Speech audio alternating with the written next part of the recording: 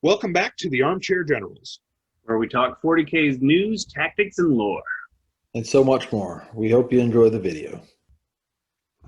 Scarab Swarms went up a wound. They're now 4 wounds. Ooh, that's good. Otherwise, they're pretty unchanged. Did the feeder mandibles have that auto wounds on 6's ability in the silent? Okay. Hit roll of 6, auto wounds. Nice. Canoptic Spiders, though, are a big surprise. They got some significant boosts. They're really, really solid now. They are only just double checking the points now. Oh, hey, there's no range on the Gloom Prism. It's just the normal deny range. It used to be really small range. Yeah. That's a cool boost right there. So they are now 60 points base, and each of their weapon options cost 5. Fabricator Claw Ray, Gloom Prism, and Particle Beamer all cost 5 points each. I mean, the Fabricator Claw Raid's okay. It lets them repair like Teflon rings, but you're going to take that Gloom Prism. There's too many other armies with psychic powers who want to hurt your Catan. Yeah. You need to deny them. Yeah, no, I fully agree. I mean, being able to repair a vehicle is kind of nice because you're going to average about 2 wounds. But most of their vehicles have like living metal. So yeah. Unless it's in super dire straits, I don't know. I still rather always take that Gloom Prism.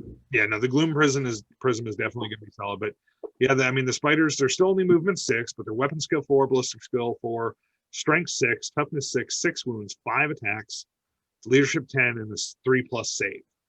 Their automaton claws are +2 strength, AP3 damage 2. So that means they're hitting at strength 8, AP3 damage 2. Oh, that's really good. It really is. And the particle beamer is that's like a Carnifex, isn't it? Yeah. This little spider. Yeah. No, he's hitting hard. Particle beamers, range 18, assault 6, strength 5. So I mean, it's a solid gun. I mean, I remember in third, it was funny because they had the monstrous creature rule, which let them ignore armors and like roll extra armor pen for that rule set. And they're always like these really little dinky models. Yeah. Oh, and it revives Scarab Swarms too. In your command phase, 1 destroyed model from each friendly Scarab Swarm unit within 6 inches of this unit is reanimated. Each unit can only be affected by this ability once per phase. So if you have a couple Scarab Swarms, you can, take a spider and run it with them. Take a couple spiders, run them with them, and bring back a Scarab Swarm every turn. I mean, oh yeah, you take a couple spiders because they can be targeted. Mm-hmm. But that's really good. Oh, and they also picked up Fly for some reason. Like they just have Fly. GW's being nice to Necron this edition. I'm not going to argue with it. I mean, we say that, and then they give us stuff like, what's up next? The Ophidian Destroyers. I mean, we've gone over these guys. They had all these rules. I mean, and on paper, at first, we were excited about them because they looked really solid. They throw a lot of damage and everything like that, but they are so squishy. Yeah, they are. Because in 5 power for 3. I mean, they have a 4 toughness, 3 wounds, 4 up armor save. So many armies have been so tooled in the meta for so long to like kill Space Marines that toughness 4 is, and a 4 up save is nothing to get rid of. Yeah. Yeah, so they're 35 points base. With the reanimation needing, if one dies, you have to roll 3 successes. I just don't really see them being that good. I don't. And that was part of the previous thing is we assumed reanimation protocols was going to stay the same or move to a feel no pain. And it did neither of those. And the new reanimation protocols really, really does mess with multi-wound models. And so if they had a 5+ feel no pain, or they got the old reanimation protocols, Ophidian Destroyers would be solid. But without that, their lack of defense it's 35 points down the drain. Toughness 4, you can literally fire a few bolt rifles at them. They've only got a 4+ save. So you fire a 5-man intercessor squad at them, you're probably going to kill at least one and wound a second one. Right. Now, they do have living metal, but you're going to kill at least one and it's not going to get back up, not when it only reanimates with 3 5s. So, 5 intercessors, double tapping, 10 shots. 6 to 7 hits, 3 to 4 wounds, depending on how many hits you got, and save on a 5. Yeah, I mean, you're pretty likely to kill an Ophidian destroyer with just 5 intercessors. It's unfortunate, but the models are really cool looking, very reminiscent of old Wraiths. Right. Well, on a unit that got better, Triarch Praetorians, they got the triple attack like the Lich Guard kit that they're part of. They also have living metal and reanimation protocols. Nice. And the Rod of the Covenant is better than the previous codex too. It is. And they actually went down in points. They're only 25 points now. Oh, yeah, that's pretty solid for them, especially because they still have the 10-inch move and still have fly. Yeah, that's definitely a pretty solid unit. Not the most killiest, but definitely tankier than they were before. The Rod of the Covenant has them shooting and meleeing at strength 5 AP 3 damage too. Like it's very solid. There's actually no point in taking the Void Blade and Particle Caster now. And what's nice is I know some units, especially the Silent King, he gets to affect Triarch units because they're basically his personal dudes. Tomb Blades didn't really change other than the changes to their Gauze Blasters, which are now strength 5 AP 2. Particle Beamers got better. The Tesla stuff kind of got worse in most cases. Canoptic Wraiths, we've gone over those changes previously, but they got a little better and a little worse, but they went down 5 points base. Living metal also. Oh, they do have living metal in addition to reanimation protocols. I didn't notice the living metal. Shoot, does everything with 2 wounds or more just have living metal now? Tomb Blades do. X-Marks Destroyers do. Maybe that's how they're trying to save the multi-wound models. Well, maybe you didn't do quite so bad as initially thought there, G-dubs.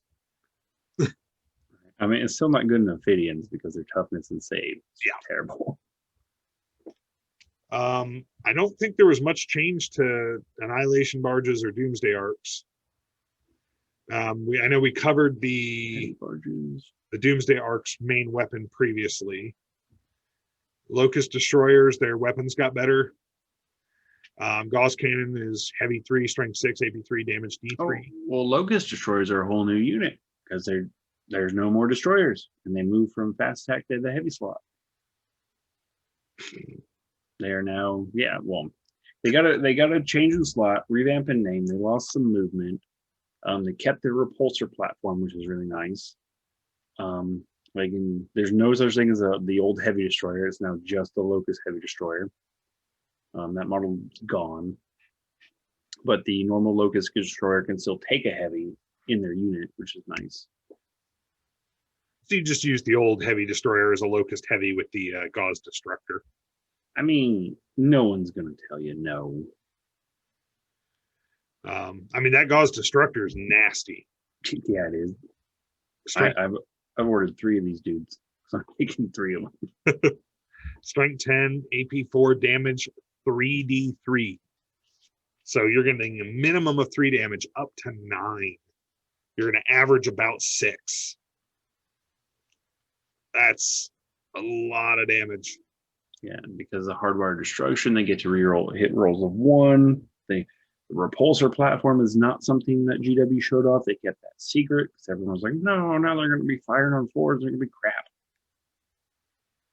They also have living metal and reanimation protocols. Yeah, I think every multi-wound model has living metal now. So Necrons are going to be even more self-repairing. So that is pretty cool. I like that. I dig it. I'm going to give them props for that. I dig it. Ghost Arcs are now meh. They're okay. They lost their give warriors rerolls on their reanimation protocols. So they're okay. They now just res D3 warriors, which is really not worth the points. You're better off putting the points elsewhere unless it's actually transporting warriors, which if it is, then okay. I mean, it's still not bad as a gunboat either. Still got the living metal, command protocols, quantum shielding, hovering, explodes. So I mean, the barges, maybe the D3 is you'll have to math hammer it. Is the I guess rerolls to the whole unit that died is probably better. But what if you only lost like one or two dudes? Like boom, now they're back and I don't have to reroll. I mean, yes, if you've only lost a couple, but I mean, the re-rolls, because I mean, the way you ran it before was a block 20 block warrior with a Cryptek in range to give them +1 and a Ghost Arc to re-roll. So I mean, 75% of your warriors were getting back up every turn. I mean, was that a fair number to your opponent? It's got to be a fun game for both people. Look, it's all Necrons had, okay? Well, they have a lot more now. And they're Pokeball Catans. They're definitely going to go fight the Elite Four. Doom Scythe didn't really change. The Doom Stalker is pretty cool. I don't know if it's worth its points yet. The strength and the death ray went up to 12, but I believe that was already mentioned by GW a few weeks ago. Yeah, it was. And its minimum damage went up, so that's really nice. Night Scythe, that's a big change, though. It is a huge change. They don't have invasion beams anymore, so if it crashes and burns, your dudes can actually get hurt. But now you can pack 20 in it. 20 dudes. It's a lot. 20 Gauze Reaper warriors. That's a lot. I think it'd be better with 19 in the support character. Probably. Dynasty Core Infantry, Dynasty Infantry character. Yes, you could take Dynasty characters and Core Infantry. Yes, you can put a bunch of Lich Guard in there. So you can zip them forward and just drop them on an objective. It's a solid tactic. Right. And you the can mix obelisk and match too, so you could take like 10 Lich Guard and 10 Immortals. You can go do different stuff. You could. The obelisk is still the laughing stock of the whole game. I believe. Is it? Let's see. Tesla spheres look like they're the same. Like 400 points. Oh wow, that's a lot. It's still a Lord of War. Yeah, it's 19 power. Models is 19 power. So, see points. Yeah, that grab pulse isn't that cool. Oh, and the obelisk is a Lord of War too, so never getting taken. The Tesseract Bolt, it just gets benefits for casting Catan powers, like you get bonuses. So it's 370 points and a Lord of War. Goonhammer actually mentioned that they were saying it was the considered the worst competitive model in the game, and I can't disagree, especially now that it's been moved to Lord of War. Wasn't the obelisk always Lord of War, or was it just a flyer before? I'm not sure, but Lord of War now is so much harder to take because you pay so many. What hurts my soul is the monolith being moved to Lord of War. I mean, it's on par with a knight. It's got the stat block of a knight: strength 8, toughness 8, 24 wounds, 6 attacks in melee that auto hit that do really good. So I get it, but it still hurts. I mean, unfortunately, they've all been ensured that they're going to sell almost none of their big, pretty new monolith models. Most people are not going to spend the command points to take a super heavy auxiliary detachment and take a monolith. What is that? 3 command points or 6 command points to do that? 3. 2 or 3. It's 2 or 3, but most people are not going to spend the extra command points just to take that. No, I mean, I think Immotech gives you 2, so maybe if you're taking Immotech, you'll take a monolith because then you're only -1. Tesseract Vault, meh. Silent King is amazing. We've covered him pretty extensively. Yeah. Good. And the convergence pylons are really neat because they're teleporting buildings. Oh, okay. Actually, I hadn't read about them yet. So they add 2 to the leadership of your core units, which is Necrons are like leadership 10. Yeah. So I guess if you're taking negatives, they just help ignore it. They also let you be in range of command protocols if you're not in range of the characters. But the cool part is a Cryptek can move them around the table. Yeah, so a Cryptek can teleport them around the table. Okay. Which is really neat. And they come in 3 flavors. They come in like mostly intact, a little weathered, and like really like destroyed looking. So it's like a module. You can move your use your train about. And they come with assault D3 guns, strength 4, -3 AP, 3 damage. So not the best, but the fact that it's a building that can move is pretty neat. Kind of like That's the cool Hammer rule bunker for the Space Marines. It's not great. It's but okay. Okay, yeah, I get you. Yeah, that was kind of a that I missed on the Space Marine segment. Yeah, there's some really cool changes for Necrons. There's some really good stuff. Definitely some of the old strategies are no longer going to work. There's some very confusing additions to the army. But overall, I think it's a really, really good indication of the direction they're moving with 9th edition. Yeah, I'm really happy. And for the most part, the points values of things look pretty good. They look like what they should be. They do. And I really like the baking in of the cost of some things. Less list building problems. Yep. Less list building problems.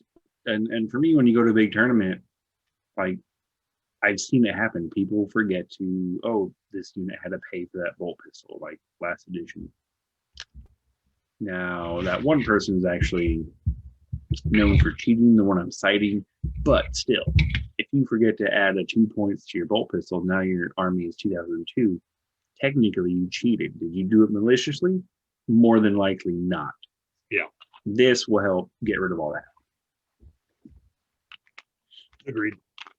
I mean, every opportunity we can cut down on mistakes or cheating. I prefer to think mistakes first, and then, if it happens repeatedly, well, okay. Well, I mean, you're right. It is a mistake, but I'm using it by definition. By definition, you're over points. You are cheating. Yeah. Now the intent is where it's important to distinguish. Yeah. Whether it was accidental, malicious, that kind of thing. What's the saying? It's Hanlon's razor. Never attribute to malice what can be attributed to stupidity. But I mean, yeah, people make mistakes. If people make that same mistake multiple times and it benefits their army, well, regardless, though, you have to stick to the rules. And some people don't on accident, and some people don't on purpose. Right. But, any other final thoughts on the Necrons? I need to get my army painted up because they're going to be really good. And I don't know what dynasty I want to play as. Actually, there's a build your own dynasty. Yep. Where you can give everything like a pre-game move. And I think to have everything have the OBSEC rule too. Yes. Which is really good. Yes, you can set your army to have OBSEC. And now that my favorite character is not locked to a certain dynasty, it doesn't really matter. In fact, all the characters that I would want to use, so Enriker, since you can still take over someone else's vehicle and have them shoot its own army, Ceres, and Trazen, yeah, like they're dynastic agents, and other units that I would use, like Scorpic Lords, awesome.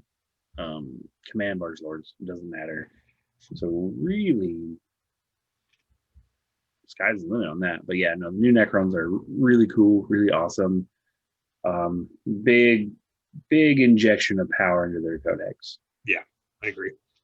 And the Catan finally, because I remember when the Catan first came out, they were amazing. People looked at them and was like, wow, the Nightbringer could wipe the floor with the Bloodthirster.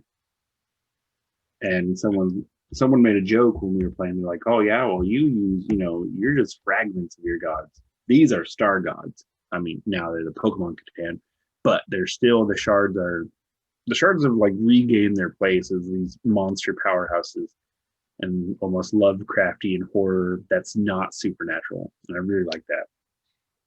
It's all technology and whether it be the Nightbringer or the Void Dragon. I'll be taking a Catan almost every list. Yeah, I don't really foresee a Necron list, especially on the competitive level, that's not going to have a Catan. But who knows? Could be wrong. There's, probably some tricky, combinations in there that we're not seeing yet, and will, unfold as over time with the meta. But And then I'm still going to try to work in a Monolith, just because it can still Deep Strike, and the Eternity Gate, you can still warp people in who are in reserve. And its weapon options are just really good.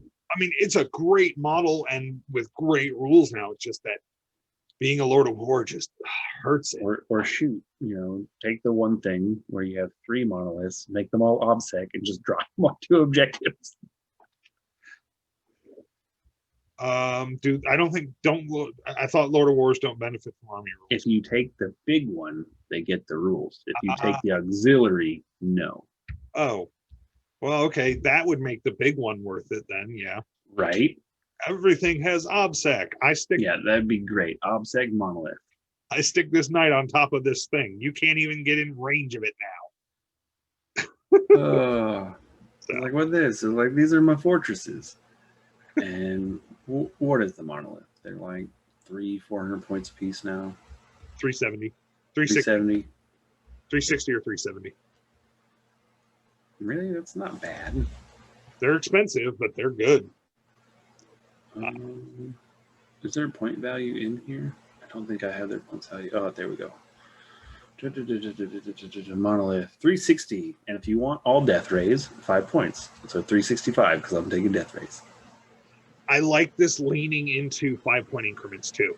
That makes list building a lot easier as well. Boom! 1095 gives me 905 points for the rest of my army. 72 wounds of OBSEC. Oh yeah.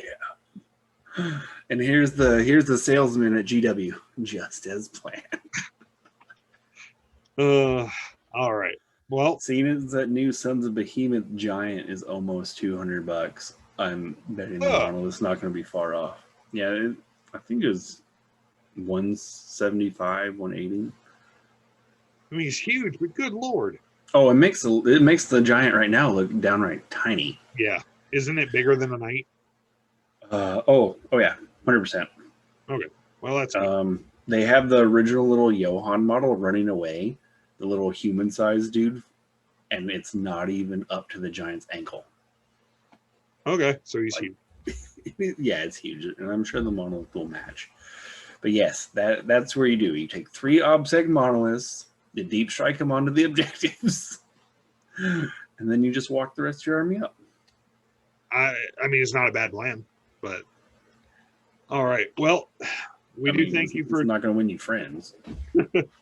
We do thank you for joining us for this discussion on the Necrons. If you like this content, make sure to smash that like button, hit subscribe, and the notification bell so you don't miss an upload from us. And until next time, we have been the Armchair Generals. And remember, their number is Legion. Yeah, it is. Thank you for joining us for today's video. We hope you enjoyed your time with us.